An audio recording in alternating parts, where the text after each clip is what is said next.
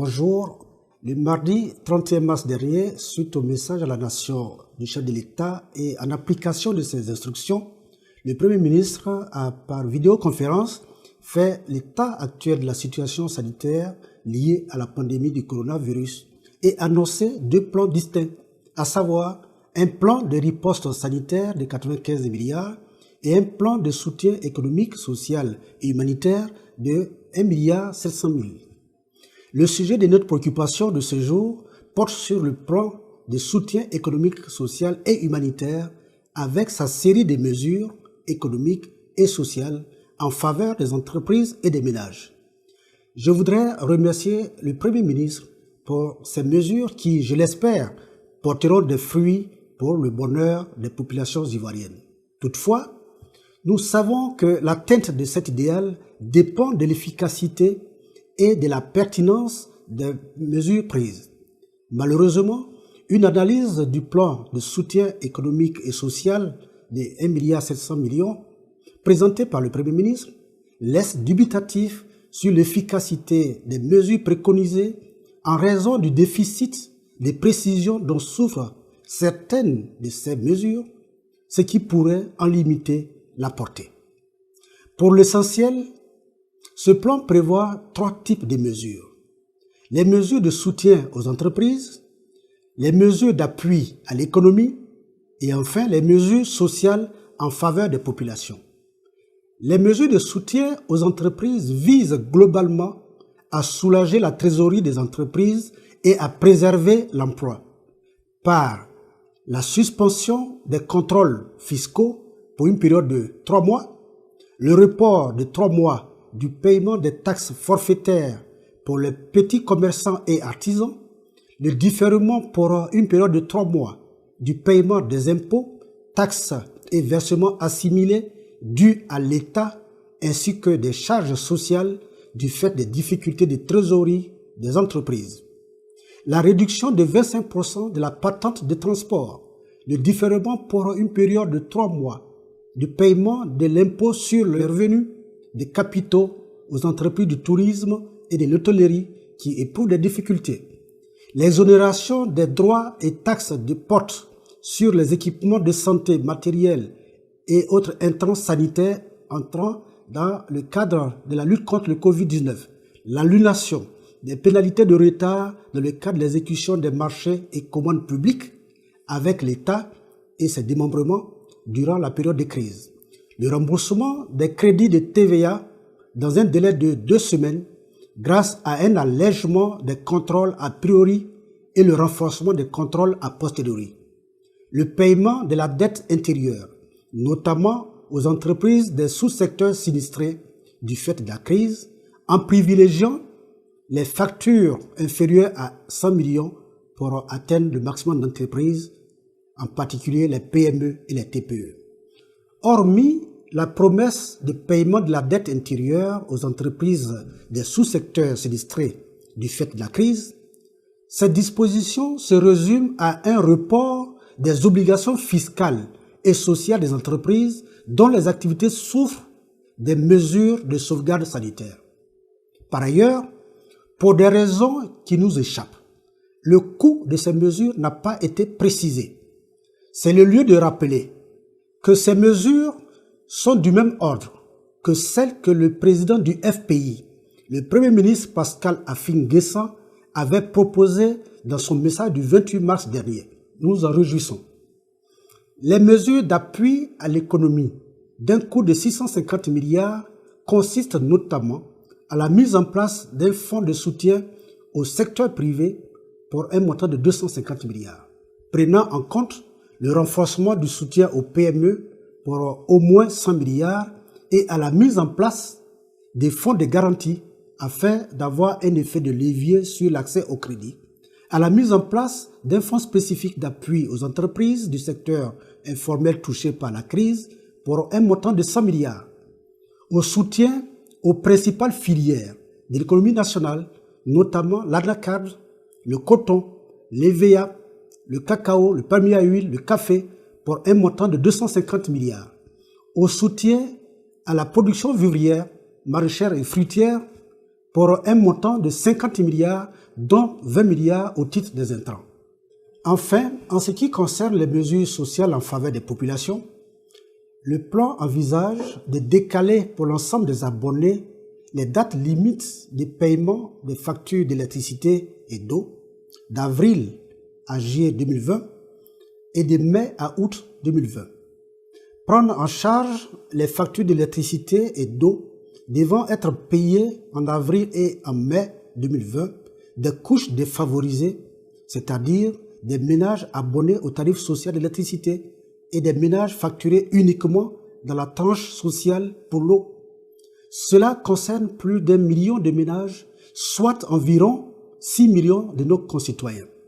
Instaurer un fonds de solidarité pour un montant de 170 milliards en vue de financer les populations les plus vulnérables dans le cadre du soutien humanitaire d'urgence à travers notamment l'élargissement du champ des filets sociaux.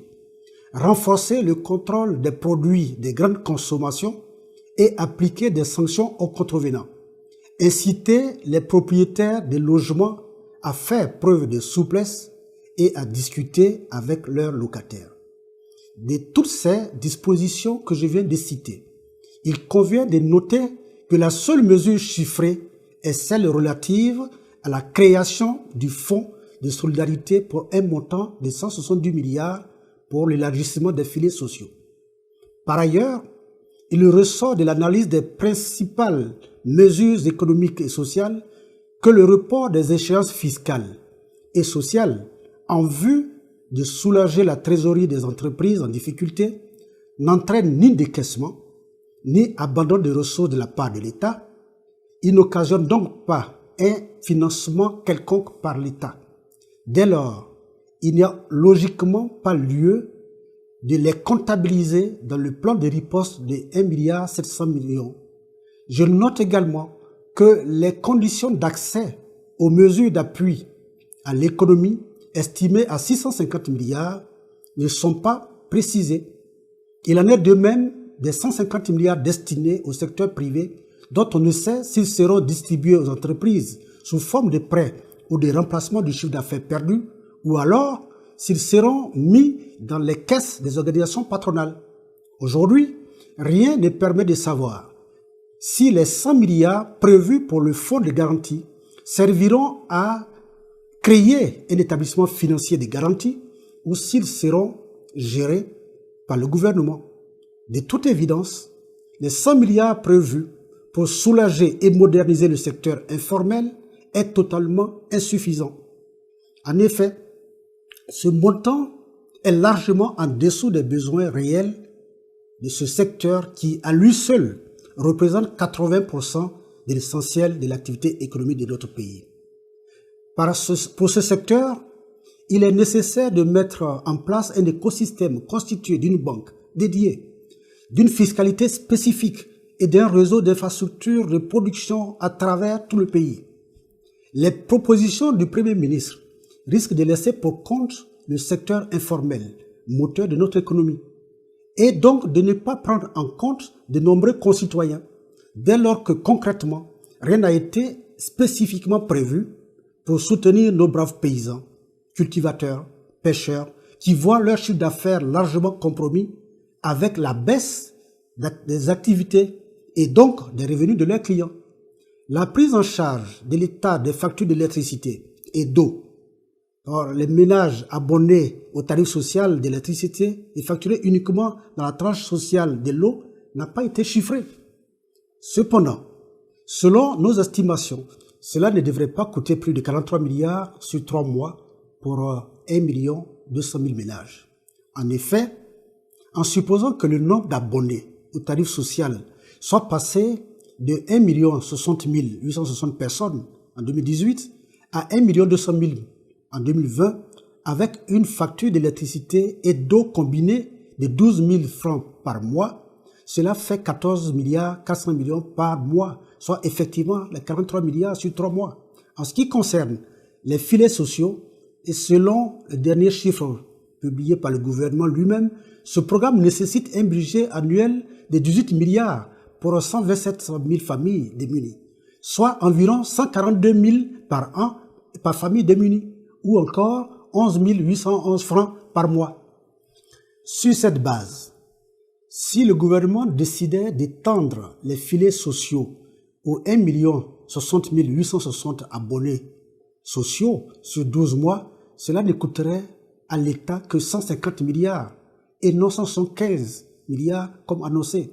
Au total, en faisant le compte des investissements prévus par le gouvernement au titre de son plan de riposte économique, il ressort concrètement à 968 milliards, soit pratiquement la moitié des 1700 milliards annoncés par le Premier ministre. L'absence de précision et d'éléments d'information sur la source de financement de ce programme, contrairement aux propositions du président Afin Guessan, qui, elles, étaient chiffrées et détaillées, révèle la précipitation dans laquelle il a été préparé. De même, le recours à un décret instituant l'état d'urgence sur la base d'une loi désuète de 1959 explique en partie la faiblesse du cadre juridique et institutionnel servant de support aux actions en faveur de la lutte contre la pandémie du Covid-19. C'est pourquoi le président Afin Guessan avait proposé au gouvernement de faire adopter par ordonnance une loi sur l'urgence sanitaire, adaptée à la circonstance. Pire, rien dans ce programme n'annonce de façon chiffrée un quelconque renforcement du dispositif des mesures sanitaires, notamment en ce qui concerne les achats d'équipements et de médicaments. De même, aucune mesure concrète n'a été prise relativement aux baux d'habitation et professionnels. Pourtant tous, nous savons que le paiement des loyers sera un réel problème pour certaines entreprises qui ont été sommées d'arrêter leurs activités ou qui ne peuvent plus exercer à cause du couvre-feu. C'est aussi le cas pour la protection des salariés contre les licenciements abusifs dans cette période de crise.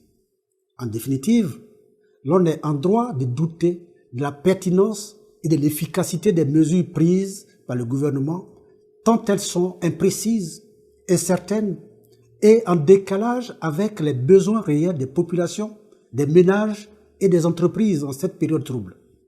La lutte contre le coronavirus doit être l'affaire de tous, loin de toute instrumentalisation de cette pandémie à des fins électoralistes, comme malheureusement nous pouvons le constater avec des dons ciblés en faveur de certaines populations, au nom du Premier ministre et non en celui de l'État de Côte d'Ivoire.